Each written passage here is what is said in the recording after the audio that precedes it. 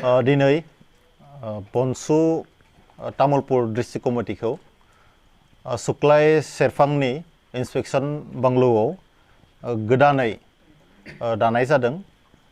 मिरु बनसुनि बानजायनायाव बे सुक्लाय सेरफांनि जि इरिगेशन बांग्लौ बेवहाय दिनै फुल प्लेजेड तामुलपुर डिस्ट्रिक्ट कमिटि बनसुखौ जों दानाय जाबाय। बेवहाय जोङो आफादगिरि हिसाबै बिदिन्था बसुमतारी, गाहाय नेहाथारि हिसाबै राजु बर' आरो स्पिकार हिसाबै सन्जीब कुमार बर' बिथांमोनखौ मोननो हादों। दा जों फोथायो फैबाय थानाय समाव बनसुनि जा तामुलपुर डिस्ट्रिक्ट कमिटि बेयो बर' हारिनि जा गांनाय उखैनाय जा सिमां दङ, हारिनि मिजिं दङ, बेखौ लानानै गोख्रोङै खामानि मावनो हागोन। बिथांमोनखौ जों दिनै मिरु बनसु कमिटिनिफ्राय चार्ज हेन्डअभार खालामनाय जाबाय, अर्थात बिथांमोननो दिनैनिफ्रायनो गोहो गथायनाय जाबाय।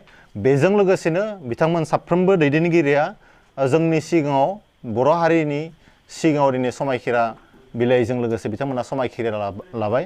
फैबाय थानाय समाव बिथांमोना हारिनि थाखाय थै-थां खामानि मावनो थाखाय जिहेतु समायखिरा लादों, जों आसा खालामदों फैबाय थानाय समाव जाहाथे साफ्रोमबो बर' फिसाया बनसुखौ मदद खालामगोन। मानो होननानै बुङोब्ला बर' हारिनि गेदेरथार जा सिमां सेपारेट स्टेट बड'लेण्ड, बेनि थाखाय फिन खेबसेबाव जों गोदान जेनेरेसना सोमावसारनो थांगासिनो दङ। बे सिमांखौ लानानै बनसुआ गोबां खैफोदनि गेजेरजों दावगालांगासिनो दङ। जों आसा खालामदों बर'फोरनि जा आल्टिमेट गल सेपारेट स्टेट बेयो थाबैनो बनसुनि आरो बर' रायजो राजानि नाजानायजों जाफुंगोन। थांखिया क्लियार, सेपारेट स्टेट बड'लेण्ड सोरजिनांगौ। बेनि थाखायनो जेसेबां डिस्ट्रिक्ट दङ लासै लासै फारसेनिफ्राय जों दालांजोबगोन। क'क्राझार डिस्ट्रिक्ट कमिटि जाबाय, उदालगुरिया जाबाय, तामुलपुर जाबाय, रिसेन्टलि मसलपुरा जागोन, बाक्सा, फारसेथिं चिरां डिस्ट्रिक्टआबो जागोन। जोंहा अलरेडि टिमा रेडि जाखाबाय, जों एनाउन्स होनोल'सो बाखि। हाबाफारि हिसाबै जोङो स्टुडेन्टस अर्गेनाइजेसन हिसाबै जों स्टुडेन्टफोरखौ प्रायरिटि होगोन। बेनिख्रुइ बांसिन गोनांथि बाथ्राया जाबाय बावैसो आं बुंनाय सेपारेट स्टेट बड'लेण्डनि बाथ्रा।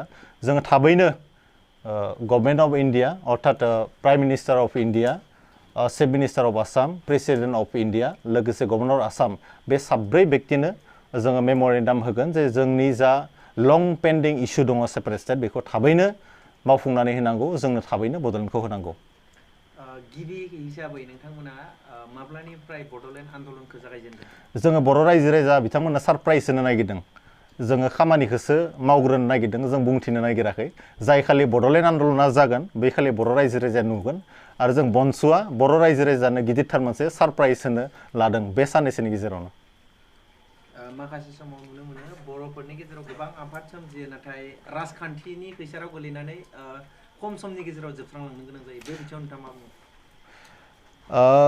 बिदि जारिमिन बर'फोरनियाव दङ, गोबां आफाद जोनोम जायो, नाथाय बिथांमोननि जा बिथांखि बेनिफ्राय बिथांमोना मालाबा दोरोदो, जायनि थाखाय बिथांमोना गोमोरलांनो गोनां जायो। दाबो एक्जिस्टिं माखासे आफादफोरखौ नुदों बर' रायजो राजाया। बिथांमोना गावसोरनि जा थांखि, हारिखौ लानानै जा थांखि दङमोन, हारिनि खामानि मावनो होननानै ओंखारबोनाय जा थांखि बिथांमोना बै समाव लादोंमोन, बे थांखियाव थानो हादोंना हायाखै बेयो मोनसे ग्रेट कुइसन। आरो बे कुइसननि एन्सारखौ बर' रायजो राजाफ्रा नागिरगासिनो दङ, जायनि थाखाय दिनैनि तारिखआव बनसु बायदि सात्र संगठनखौ बड'लेण्ड बिनो थाखाय बर' रायजो राजा इन्टेलेक्सुयेलफ्रा जोनोम होनो गोनां जादों। माखासे समाव नुनो मोनबावो जे माखासे जिल्लाफोरावनो नोंथांमोना जे आफादखौ बिबान गथायबोदों आफाद दानानै। दा बे बेलायाव जों नुनो मोनबावदों नोंथांमोना बिथांमोनखौ लिंनानै लाबोनानैसो बिबान होदों होननानै बुङो। दिनै तामुलपुर जिल्लायावबो बेफोरबायदि जागोन नामा? थार बाथ्राया बेनो, जोङो जातीयताबादखौ लानानै दाम दर खालामनो नागिराखै। जायफोरा बर' हारिखौ मोजां मोनो गोसो गोरबोजों, जायफोरा हारिनि थाखाय खामानि मावनो ओंखारदों, बिथांमोनखौ जों बनसुआव मस्ट वेलकाम खालामदों। सोरखौबा जों थाखा फैसा होनानै, सोरखौबा जों धुमकि धुमका होनानै जों लाबोआखै आरो लाबोनाय नङा। आरो सोरबा जुदि बुंनो नागिरोबा बर' जातिनि सेन्टिमेन्टआ जोबलांबाय, बेयो जोबोद गिदिर गोरोन्थि जागोन। बर' हारियाव दाबो सेन्टिमेन्ट दङ। हाजार हाजार बर' सेंग्रा सिख्लाफोरा हारिनि थाखाय जिउ बावनो खामानि मावनो थाखाय थियारि जानानै दङ।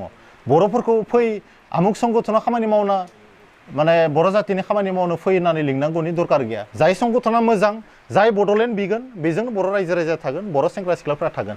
बेनिखायनो जों सानो सोरबा जुदि बिदि बुंदोंब्ला जे बनसुआ आमुखखौ लिंदों, ओरै लिंदों, बे बाथ्राया नंखाय। मानोना बर'फोरा गोसो गोरबोजों बड'लेण्डखौ लुबैयो। जाय संगठनानोखि बड'लेण्ड इस्युखौ लानानै थांनो हागोन थोंजों आरो गोथोङै, बेजोंनो बर' रायजो राजाया थागोन। बेनि एन्सारा बिदिसो जागोन